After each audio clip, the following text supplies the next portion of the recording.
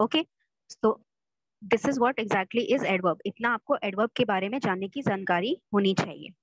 Now basically it is said, बहुत ज्यादा time आप ऐसा देखेंगे कि जो एडवर्ब वर्ड्स होते हैं, जो एडवर्ब रेफर करते हैं, वो ly से एंड होते हैं। जैसे एग्जांपल में आप देख सकते हैं unfortunately, certainly, loudly, these are all adverbs ending with ly। But इसका ये मतलब नहीं है कि आप ये समझ ले कि ly से एंड होने वाले सारे वर्ड एडवर्ब हैं। नहीं, that is not true. Also some words who are not ending with ly doesn't mean कि वो एडवर्ब नहीं है। So it is just something you can say कि ऐसे बहुत पाया जाता है जो मोस्टली वर्ड्स यूज होते हैं एडवर्ब के लिए, मोस्टली वो ly से एंड होते हैं। There is nothing that you can conclude from this. आप कोई कंक्लूजन ड्रॉ नहीं कर सकते, आप कोई भी वर्ड को जज नहीं कर सकते जस्ट ऑन द बेसिस कि लास्ट में ly लग रहा है। Okay, next is your adverb clause and adverbial phrase. Adverb clause क्या होता है? क्लॉज होता है जहां एक ग्रुप ऑफ सेंटेंस में सब्जेक्ट और वर्ब प्रेजेंट रहता है एंड आपको एक पार्शियल मीनिंग समझ में आएगा। मतलब वो पूरा सेंटेंस कंप्लीट नहीं होगा बट एक पार्शियल मीनिंग आपको समझ में आएगा कि किस टॉपिक के बारे में बात की जा रही है। सो उन क्लॉजेस में जहां पर सब्जेक्ट और वर्ब जो है वो मिलाकर, उस सब्जेक्ट और वर्ब को मिला के वो एडवर्ब का काम करता है, तब उसे एडवर्ब क्लॉज कहते हैं। Okay, next is adverbial phrase. Phrase is similar two clause. The only difference between a clause and a phrase is clause में सब्जेक्ट और वर्ब रहता है, फ्रेज में सब्जेक्ट वर्ब नहीं रहता है। फ्रेज एक सिंपल कॉम्बिनेशन ऑफ वर्ड है जहां पर उसका कोई मीनिंग हो सकता है, ठीक है, जो किसी के साथ लगना चाहिए तभी उसका मीनिंग कंप्लीट होगा। दोनों में यही है सिमिलैरिटी क्या है क्लॉज और फ्रेज की, कि दोनों में इनकम्प्लीट मीनिंग रहता है, उसके साथ आपको कुछ सेंटेंस में लगाना है तभी मीनिंग पता चलेगा। डिफरेंसेस ये हैं कि क्लॉज में सब्जेक्ट वर्ब रहेगा, फ्रेज में सब्जेक्ट वर्ब नहीं रहेगा। So those clauses that have subject and verb and they act as an adverb in the sentence is called adverb clause. Those phrases that are present in the sentence without a subject and verb in the sentence, they are acting as an adverb in the sentence, that they are called adverbial phrase. Adverbial phrase का अगर दूसरा नाम आप कहना चाहें, you can say adverbial phrase is also known as prepositional phrase. Why? Because you can look in the example, most of the adverbial phrase are, you can say they are always present with a preposition in the phrase. सारे phrases में कोई ना कोई preposition present है, that is why they are called prepositional phrase. infinitive phrase क्या होता है?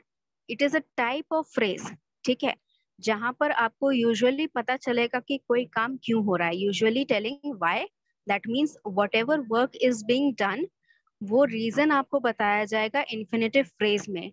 Now since it is giving you some information, why बता रहा है यानी कि कोई इंफॉर्मेशन बता रहा है आपके काम क्यों हो रहा है, तो that means it is modifying the verb in the sentence. Now since it is modifying the verb in the sentence, it means it is an adverb. Okay, now यहाँ पर एक नोट लिखा है कि एडवर्ब जो है it can be used to modify an adjective but an adjective can not be used to modify an adverb. यहाँ आप देख सकते हैं एग्जाम्पल में, सेकेंड एग्जाम्पल में देखिए, these are very sweet mangoes.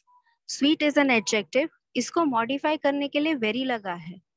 But third example में है she speaks very loudly. Loudly is an adverb, इसको मॉडिफाई करने के लिए एडजेक्टिव नहीं एडवर्ब ही लगा है। That means any adverb can be used to modify any adjective, but any adjective cannot be used to modify an adverb. Understood? Okay, next is your type of adverb. Type of adverb, आपके 3 types के adverb होते हैं. There are 3 types of adverb. If you have any doubt, you can ask in between. There are 3 types of adverb: simple, relative, and interrogative. Simple adverbs are just simply the modifying word. जो adverb, verb, adjective, adverbial phrase इनको modify करता है, उनको simple adverb बोलते हैं. Relative adverb वो होता है जो modification के साथ एंटीसीडेंट को रेफर बैक भी करता है. What is an antecedent? नहीं याद. Okay, antecedent is the part of the sentence जहां पर आपका, sorry, it is not the subject, it is not the object, the only part is, वो क्या करता है एंटीसीडेंट सेंटेंस में क्या करता है, आपके रिलेटिव एडवर्ब से पहले आता है. That means it is something, ठीक है, एक नाउन हो सकता है, एक ऑब्जेक्ट हो सकता है जो कि रेफर कर रहा है सेंटेंस का कुछ एक पार्ट है, ठीक है, लेकिन वो सब्जेक्ट नहीं है, ऑब्जेक्ट नहीं है और वर्ब नहीं है. ठीक है, एंटीसीडेंट क्या होता है, हमेशा रिलेटिव एडवर्ब के पहले आता है. ये चीज याद रखना, वो हम लोग पढ़ेंगे रिलेटिव एडवर्ब में. इंटेरोगेटिव एडवर्ब आपको पता है, इंटेरोगेशन मतलब पूछना. That means any questions you are asking about any work done, मतलब कोई भी काम कैसे हो रहा है, क्यों हो रहा है, कुछ भी क्वेश्चन आप पूछना चाहते हैं कोई काम के बारे में. So that means it is giving information about the verb. It verb को मॉडिफाई करने का क्या मतलब हुआ, एडवर्ब है. So these are called interrogative adverb. Now simple adverbs are of 11 types. 11 types के सिंपल एडवर्ब होते हैं. First is your adverb of time. That means कि कोई भी काम कब हो रहा है. The time frame in which the work is being done is refers to as adverb of time. Daily हो रहा है, कल हुआ था, आज हो रहा है, कल भी होगा. whatever work is being done, वो कब हो रहा है उसको कैसे रेफर करेंगे, एडवर्ब ऑफ टाइम के through. So in the example you can look कि he arrived late. That means वो टाइम के बाद आया.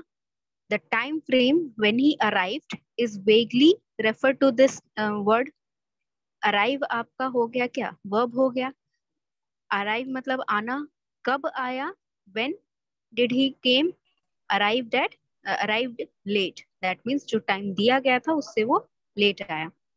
So whenever you get an idea about when the work is being done, the time of work, then the word that is referred to the time of verb is called adverb of time.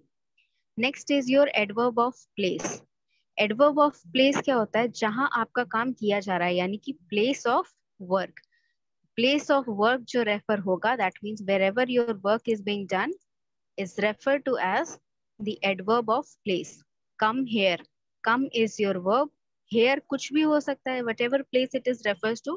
मतलब कोई एक location है जो sender और receiver दोनों को पता है. इस सेंटेंस के सेंडर और रिसीवर दोनों को पता है कि कहाँ जाना है. सो कम हेयर मीन्स आपको जाना है, वहां जाना है. Okay. My wife is out. Is out मतलब कहाँ गई है, बाहर गई है. That means you are giving the look, not at the exact location, but you are telling where the work is being done. So जब आपको आंसर मिले कि where the work is being done, that word is referred to as adverb of place. Okay? कोई doubt है बच्चे?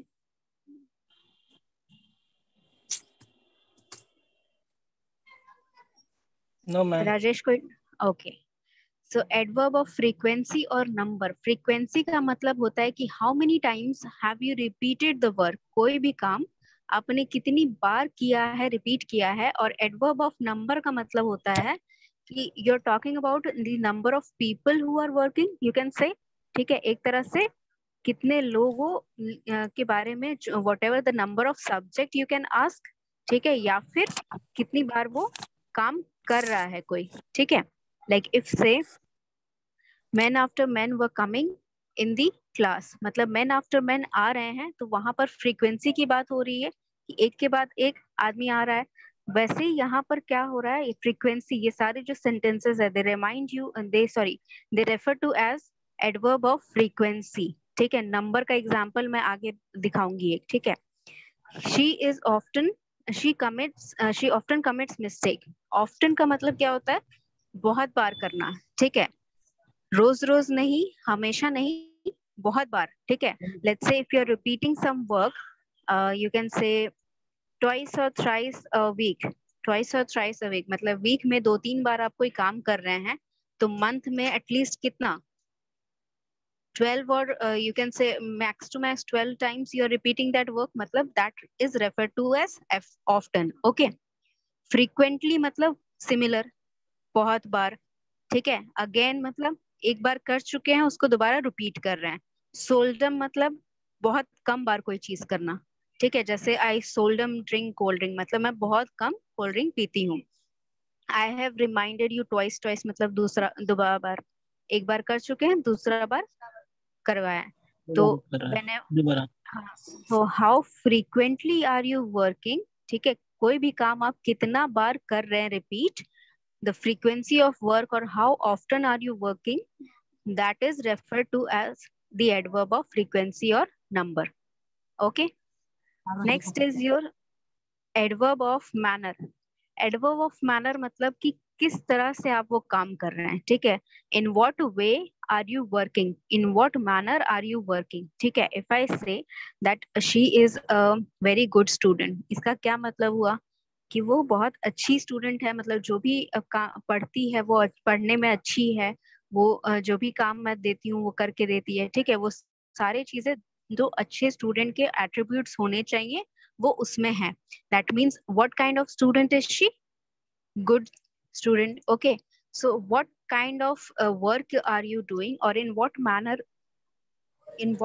you are performing the work is referred to as adverb of manner. Ma'am good, यहाँ पे good को तो यहाँ पे adjective का फिर यहाँ पे होता है, सी इज नहीं नहीं, गुड। वो चीज वो मैं नहीं, she is a good student, ठीक है। तो यहाँ पर आप ये एग्जाम्पल भी देख लो, this book is well written, ठीक है। अब शी इज अ स्टूडेंट, ये एक सिंपल स्टेटमेंट है। दिस बुक इज रिटन, तो क्या काम हो रहा है वहां पर कि वो एक स्टूडेंट है, मतलब पढ़ती है, ठीक है। कैसा पढ़ती है, अच्छा पढ़ती है।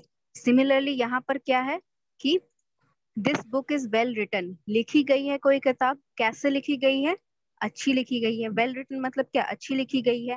It can be in the sense you can say कि उसमें एग्जाम्पल बहुत सारे हैं, उसके कॉन्सेप्ट सारे अच्छे से समझ में आ जाते हैं, इजी लैंग्वेज में है। You are able to, any of the student can able to read and understand the concept. तो उसी वजह से ये अच्छी किताब है। So how it is written is expressed by this word well, जो है वो क्या एक्सप्रेस कर रहा है कि किस तरीके से वो किताब लिखी गई है। सिमिलरली यहाँ पर अगर मैं वो एग्जांपल दूं कि she is a good student, तो शी इज अ स्टूडेंट, ठीक है, वो उसका काम है, ठीक है, पढ़ना उसका काम है, तो वो स्टूडेंट है एक। कैसी स्टूडेंट है, किस तरह की स्टूडेंट है, अच्छी स्टूडेंट है। Okay, it can be refers to at वो एडजेक्टिव में भी आप ले सकते हैं, ठीक है। एडवर्ब ऑफ मैनर तब कहलाएगा वो वर्ड जब आप किस तरीके से वो काम कर रहे हैं वो एक्सप्लेन किया जाए, ठीक है। She is a hard working student, ठीक है, वो एडजेक्टिव भी ले सकते हो, बट वो किस तरीके से काम कर रहा है वो आपको एक्सप्लेन कर रहा है उसमें, ठीक है। जैसे राम वर्क्स हार्ड, ठीक है, यहाँ पर क्या कर रहा है, कैसे काम कर रहा है बता रहा है वो, तो हार्ड काम कर रहा है। द हार्ड काम करना मतलब कि क्या, अच्छे से वो जितना भी काम उसको दिया जा रहा है टाइम पे कंप्लीट कर रहा है, और एक्स्ट्रा काम भी किसी का कर दे रहा है, ठीक है। तो he is working hard, that means कि whatever the requirements of a good employee और student are, वो उससे ज्यादा मेहनत या उतनी मेहनत कर रहा है। Okay, the yes ma'am. Child cried, हाँ, द चाइल्ड क्राइड लाउडली। अब the child cried is one sentence, ठीक है, ये पूरा कंप्लीट सेंटेंस है। अगर मैं चाइल्ड क्राइड बोलूं, दैट मीन्स जो भी बच्चा है वो रो रहा है, ठीक है। कैसे रो रहा है, लाउडली रो रहा है। तो when in whatever meaning is conveyed by the adverb of manner is in which way are you performing the task, ठीक है, आप किस तरह वो काम कर रहे हैं वो आपको बताएगा एडवर्ब ऑफ मैनर। समझ में आया? Yes ma'am. Okay, next is your adverb of degree और क्वालिटी, सॉरी क्वांटिटी, मतलब कि कितना आपने वो काम किया है, ठीक है। How much have you done that work, और इन व्हाट एक्सटेंट, कितना एक्सटेंट तक आपने वो काम किया है, वो आपको एडवर्ब ऑफ डिग्री बताएगा। दैट मीन्स कि आपने फुल्ली कंप्लीट कर लिया है, या फिर पार्शियली कंप्लीट किया है, या फिर यू कैन से कि I haven't even started yet, ठीक है, बिल्कुल ही स्टार्ट नहीं किया है। मतलब इन व्हाट डिग्री और level you are at completing that work, ठीक है। जैसे if you say take this example, she is too careless. Too का क्या मतलब होता है, what is the meaning of T double ओ,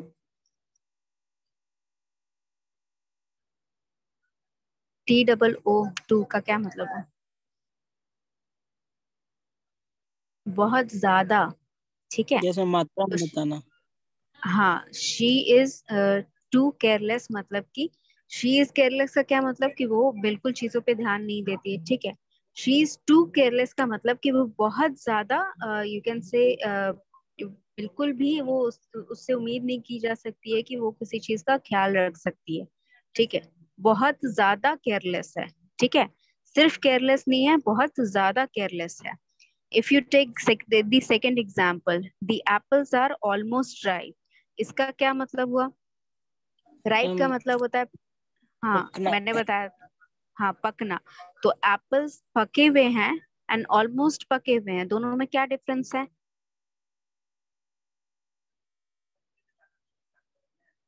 चुका दोनों है में क्या ऑलमोस्ट। हाँ, ऑलमोस्ट का मतलब होता है कि that it is already ready for, you can से, इनटेक, ठीक है। इनटेक के लिए वो बिल्कुल रेडी है। अगर ऑलमोस्ट लिखा है, इसका मतलब कि अभी उसमें कुछ और एडिशन बाकी है, ठीक है। वो पूरी तरह नहीं पका है, उसमें और कुछ बाकी है, जो कि वो प्रोसेस जो है, the process of being ripe has not completed yet, ठीक है। तो वो प्रोसेस पूरा नहीं हुआ है, इसीलिए ऑलमोस्ट लगा है। सो इन व्हाट डिग्री और एक्सटेंट कोई काम हो रहा है, वो क्या बताएगा? एडवर्ब ऑफ डिग्री और क्वालिटी, सॉरी क्वांटिटी। समझ में आ गया? Yes ma'am. Okay, then moving on to the next is your adverb of affirmation and negation. Adverb of affirmation and negation का मतलब हो गया कि कोई वर्ड है, ठीक है, वो जो काम हो रहा है सेंटेंस में उसको सपोर्ट कर रहा है, और दूसरा वही वर्ड दूसरे सेंटेंस में उसको अपोज कर रहा है। नेगेटिव मतलब किसी नेगेटिविटी को सपोर्ट कर रहा है या फिर किसी पॉजिटिविटी को सपोर्ट कर रहा है। For example, I certainly do not like her. That means यहाँ पर negative है, sentence negative है because not is used, right? तो I do not like her is a negative sentence. अब certainly लगाने का क्या मतलब हुआ? That means you are 100% sure or you are 100% in support to this statement कि you do not like her. Okay?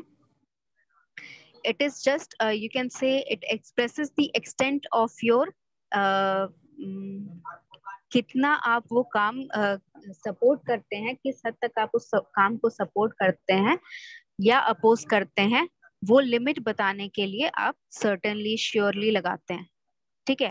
ये जो भी वर्ड्स है, सर्टेनली, श्योरली, सोल्डम, नेवर, ठीक है। सोल्डम मतलब बताया है, सोल्डम मतलब कभी कभी, ठीक है। तो सोल्डम लगाने का मतलब हुआ कि whatever sentence it is being added, वो काम आप बहुत कम करते हैं, तो आप उसको नेगेट कर रहे हैं, राइट। आप उसको सपोर्ट नहीं कर रहे हैं ज्यादा, बिकॉज आप सोल्डम करते हैं, दैट मीन्स उसको सपोर्ट नहीं कर रहे हैं, तभी तो उसको सपोर्ट नहीं कर रहे हैं, सॉरी नेगेट कर रहे हैं। तो नेवर करने का क्या मतलब हुआ कि उसको कभी भी सपोर्ट नहीं करते हैं, ठीक है। ऑलवेज मतलब हमेशा सपोर्ट कर रहे हैं किसी चीज का। तो what ever work is being done in this sentence is either supported in the favor of the sentence or opposed in the favor of the sentence, ठीक है। I will definitely, she will definitely help the poor, मतलब she will help the poor एक simple sentence हो गया कि वो गरीबों की मदद करेगी। डेफिनेटली लगाने से क्या अंतर पड़ा कि that means you are 100% sure कि वो करेगी ही करेगी, okay।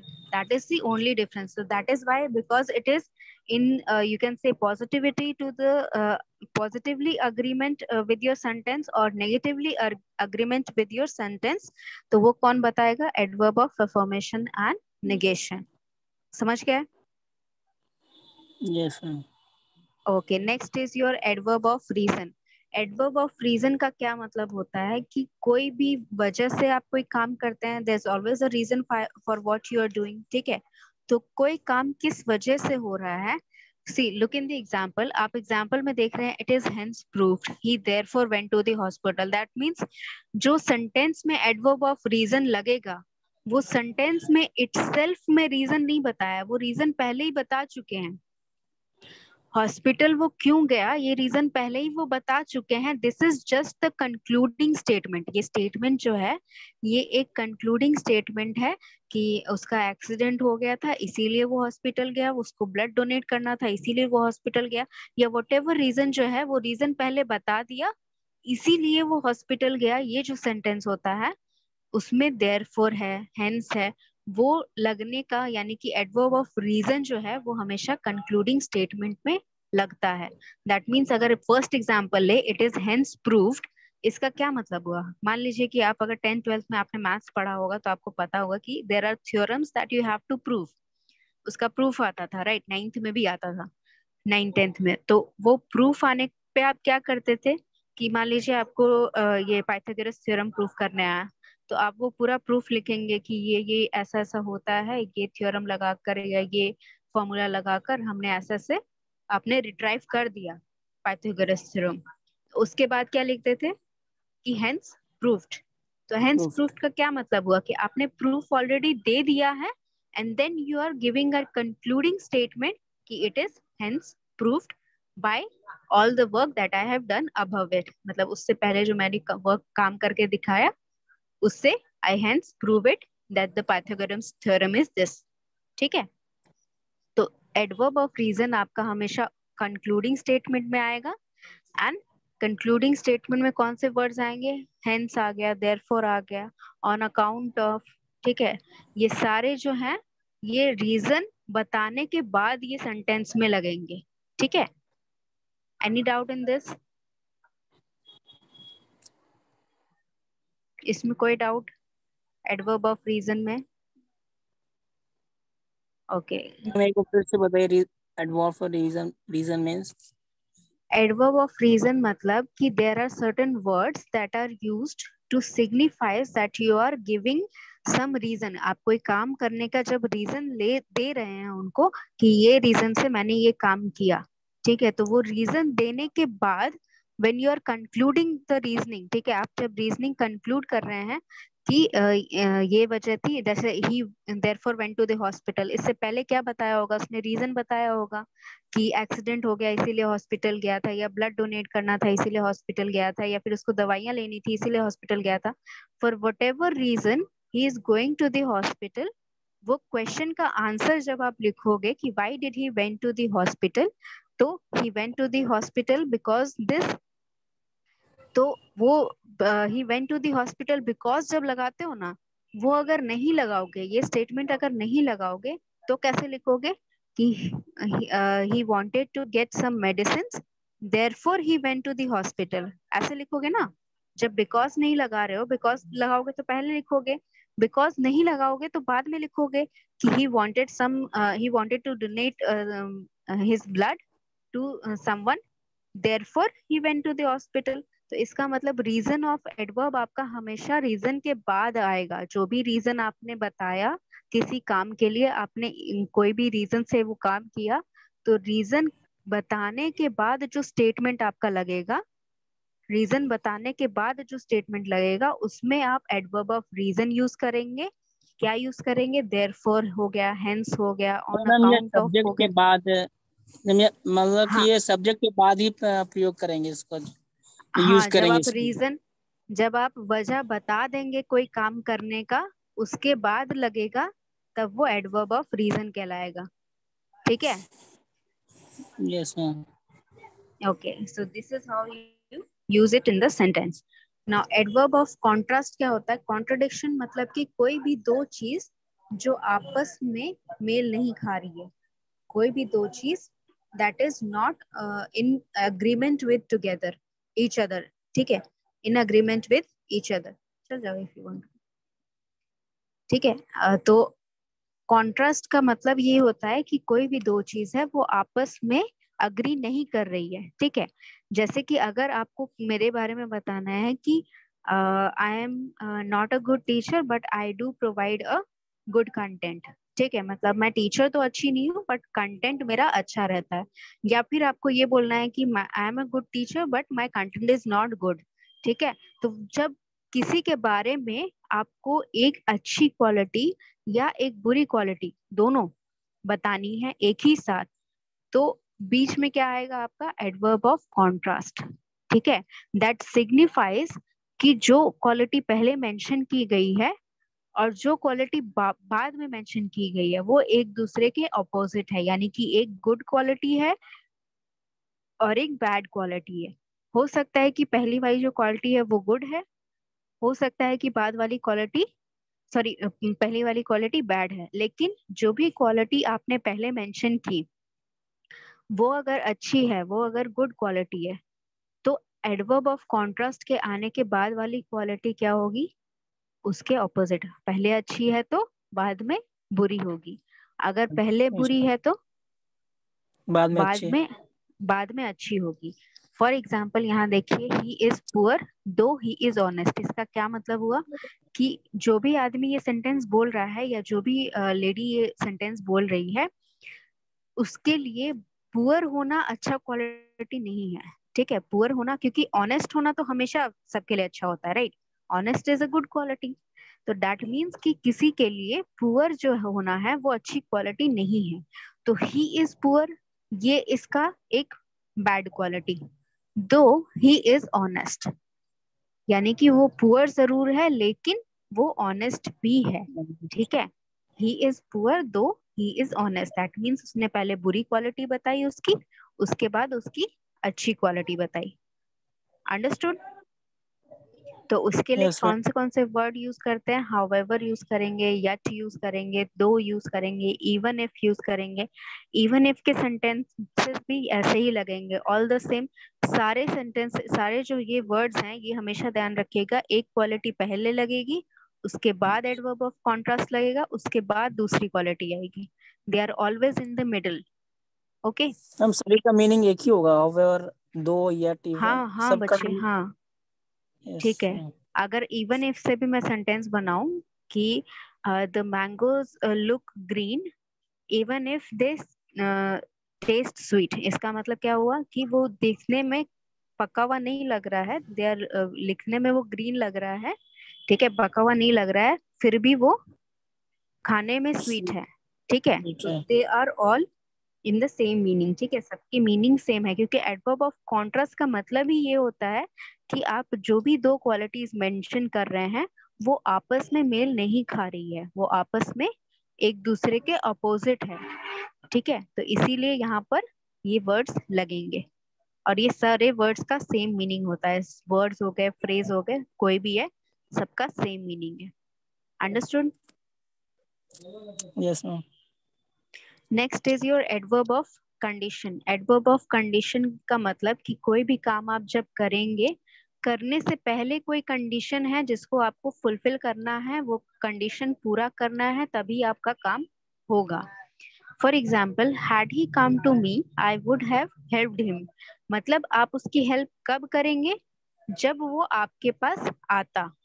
अगर वो आपके पास जाता या आता तभी आप उसकी हेल्प कर सकते हैं, नहीं तो नहीं कर सकते हैं, ठीक है। दिस इज द कंडीशन, ठीक है। If it rains we will go for a picnic. अगर बारिश हुई तभी हम पिकनिक के लिए जाएंगे, नहीं तो नहीं जाएंगे। ओके। सो वन थिंग जो आपको ध्यान रखनी है, एडवर्ब ऑफ कंडीशन जो है उसके साथ ही हमेशा कंडीशन लगेगी। जो भी कंडीशन लगानी है आपको काम करने से पहले, जो कंडीशन फुलफिल होनी चाहिए वो एडवर्ब ऑफ कंडीशन के साथ लगेगी, ठीक है। और जो काम करना है वो आपका कंडीशन से पहले भी लग सकता है, कंडीशन के बाद भी लग सकता है, ठीक है। जैसे अगर मैं इस सेंटेंस को उलट दूं, ठीक है, I would have helped me helped him had he come to me, ठीक है, तो ये भी सेंटेंस करेक्ट है। अगर मैं इसको उल्टा कर दूं, ये दो जो पार्ट हैं कि हैड ही कम टू मी, ये पहला पार्ट हो गया, आई वुड हैव हेल्प्ड हिम ये दूसरा पार्ट हो गया। अगर मैं इसको उलट दूं, ठीक है, इस पार्ट को पहले कर दूं, I would have helped him had he come to me, तो भी सही है, ठीक है। It is we will go for a picnic if it rains, ठीक है। तो कंडीशन जो है आपका, कंडीशन पहले भी आ सकता है, बाद में भी आ सकता है, डजेंट मैटर, बट हमेशा एडवर्ब ऑफ कंडीशन के बाद आएगा, ठीक है। हैड पहले लगेगा फिर कंडीशन, इफ पहले लगेगा फिर कंडीशन, अनलेस पहले लगेगा फिर कंडीशन, बट ये जो सेकंड पार्ट है आपका, ठीक है, we will go for a picnic, I would have helped him, ये पार्ट जो है ये आपका हैड से पहले भी लग सकता है, ठीक है, वो उससे कोई मैटर नहीं करता है। बट हैड के बाद कंडीशन लगेगा या इफ के बाद कंडीशन लगेगा, unless you come in the class on time, I will not admit you, ठीक है, जब तक आप क्लास में टाइम पे नहीं आएंगे मैं एडमिट नहीं करूंगी। प्रो आई विल, ठीक है, तो इसमें आप पहले लगा रहे हैं चाहे बाद में लगा रहे हैं, इट डजेंट मैटर, ठीक है। Give you all the I will give you all the material provided you solve all the questions, provided that you solve all the questions, मतलब मैं आपको सारा मटेरियल दे दूंगी इस शर्त पे कि आपको सारे क्वेश्चन सॉल्व करने होंगे। Okay, so you are giving a condition. Condition लग रहा है ये इसमें, हाँ, समझ कोई रहे भी कंडीशन लग रहा है वो हमेशा इन वर्ड्स के बाद लग रहा है, कंडीशन हमेशा इन वर्ड्स के बाद लगेगा, लेकिन जो काम करना है वो आप पहले भी लगा सकते हैं बाद में भी लगा सकते हैं, इट डजेंट मैटर, ठीक है। I would yes have ma'am. Helped him is your work, वो काम आपको करना था कि हेल्प करना है, तो वो आप पहले भी लगा सकते हैं हैड के, बाद में भी लगा सकते हैं, इट डजेंट मैटर। बट आपका जो कंडीशन है वो हमेशा एडवर्ब ऑफ कंडीशन के बाद ही लगेगा। Understood? Yes ma'am. Okay, yes next ma'am. Is your adverb of extent. Adverb of extent यानी कि कोई भी काम आप किस सीमा पे कर रहे हैं, ठीक है, किस लिमिटेशन पे, the maximum limit you can do something, जो भी काम है वो मैक्सिमम लिमिट पे कब कर सकते हैं, ठीक है, कितना मैक्सिमम लिमिट हो सकता है उसके काम करने का। so far as I could see, there was only there was nothing but dead bodies, ठीक है। तो I could see is your main work, ठीक है, see मतलब आपका मेन वर्ब है देखना, तो जितनी दूर तक, so far as का क्या मतलब है, जितनी दूर तक आप देख सकते हैं उतनी दूर तक उसको सिर्फ डेड बॉडीज ही दिखाई दे रहे थे, ठीक है। as far as I can judge she is an intelligent girl, इसका क्या मतलब हुआ, जज करना। आई कैन जज इज योर मेन वर्क, ठीक है, आई कैन जज जो है वो आपका जज आपका मेन वर्क है, यहाँ पर जो काम हो रहा है। एज फार एज मतलब जितनी आपको जानकारी है उसके बारे में, जो लड़की है आपकी हो सकती है क्लासमेट हो, तो आपको उसके बारे में पर्सनल लाइफ के बारे में कुछ नहीं पता, बट आपको पता है कि वो क्लास में कैसा पढ़ती है, वो टीचर्स के आंसर क्वेश्चंस का आंसर करती है कि नहीं करती है, उसके मार्क्स कैसे आते हैं, कितना परसेंटेज लाती है, that all you know. So on the basis of that आप ये कंडीशन तो कर ही, आप ये कंक्लूजन तो निकाल ही सकते हो कि वो इंटेलिजेंट है कि नहीं है, राइट। अगर मुझे ये कहना हो कि if a person is a good person और नॉट, अगर वो कैरेक्टर में अच्छा है कि नहीं है, तो मुझे तब तक नहीं पता चलेगा जब मैं उससे अच्छे से जानती नहीं हूँ, राइट। तो अगर मुझे पता करना है कि कोई बंदा अगर कैरेक्टर में अच्छा है कि नहीं, तो मैं उससे पूछूंगी जिसके बारे में उसको पता है। अगर मुझे पता करना है कि जो इंटेलिजेंट है कि नहीं, तो उसकी पढ़ाई के बारे में जो जानता है मैं उससे पूछूंगी। सो that means what ever your knowledge afford, ठीक है, कितना नॉलेज आपको उसके बारे में है, उस हिसाब से ही आप बोल रहे हैं कि you know you are his her classmate, वो लड़की के आप क्लासमेट हैं या वो लड़की के आप टीचर हैं, तो आपकी जितनी जानकारी है आपको लगता है कि वो लड़की जो है इंटेलिजेंट है। सो फार एज या एज फार एज का क्या मतलब हुआ लगाने का, कि जितनी सीमित आपकी काम करने की क्षमता है, ठीक है, जितना दूर तक आप देख सकते हैं, जितना जानकारी है आपको, जिस उस बेसिस पे आप रिजल्ट निकालना है आपको, जितनी भी आपकी सीमित ये है, आपकी क्षमता है वो काम करने की, उस पूरे एक्सटेंट को आपने लगा दिया एक काम करने में। So adverb of extent means it refers to the limit of how much you can work, the maximum limit of how much you can work, ठीक है, जो भी काम है उसका मैक्सिमम लिमिट पे आप वो काम कर रहे हैं उस सेंटेंस में। ओके, तो यहाँ पे तो एबिलिटी भी शो करेगा ना इसका, ये एबिलिटी क्या इसकी एबिलिटी है वो शो कर रहा है ना यहाँ पे, जो कहने नहीं का बच्चे, मतलब है यहाँ पे। नहीं नहीं, एबिलिटी नहीं शो कर रहा है। आप देखिए सेंटेंस अच्छा। क्या है, so far as I could see there was nothing but dead bodies.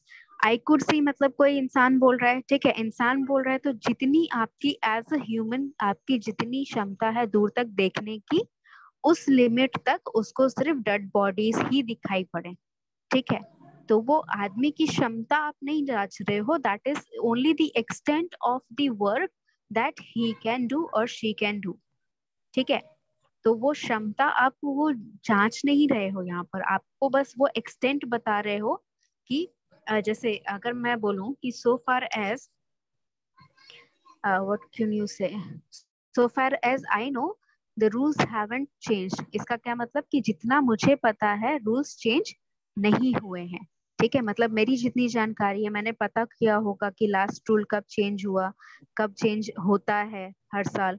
तो उस बेसिस पे, उस नॉलेज को जो मैंने गेन किया, उस नॉलेज गेन करने के बेसिस पे मैंने ये निष्कर्ष निकाला कि आपका जो रूल्स है वो चेंज नहीं होता है। So that is what is expressed in adverb of extend, कि आप कोई भी काम कितना सीमित तक आप कर सकते हो, क्या लिमिट है आपके वो काम करने का, जो काम आपने किया है वो पूरा उस हद तक करना चाहिए जिस हद तक, उस हद तक किया है कि नहीं किया है, ओके। ये नहीं बता रहा है कि आपने कम किया या ज्यादा किया, ये बता रहा है कि उस लिमिट तक जहां तक कोई भी ह्यूमनली पॉसिबल कर सकता है, उस हद तक वो काम आपने कर रहे हैं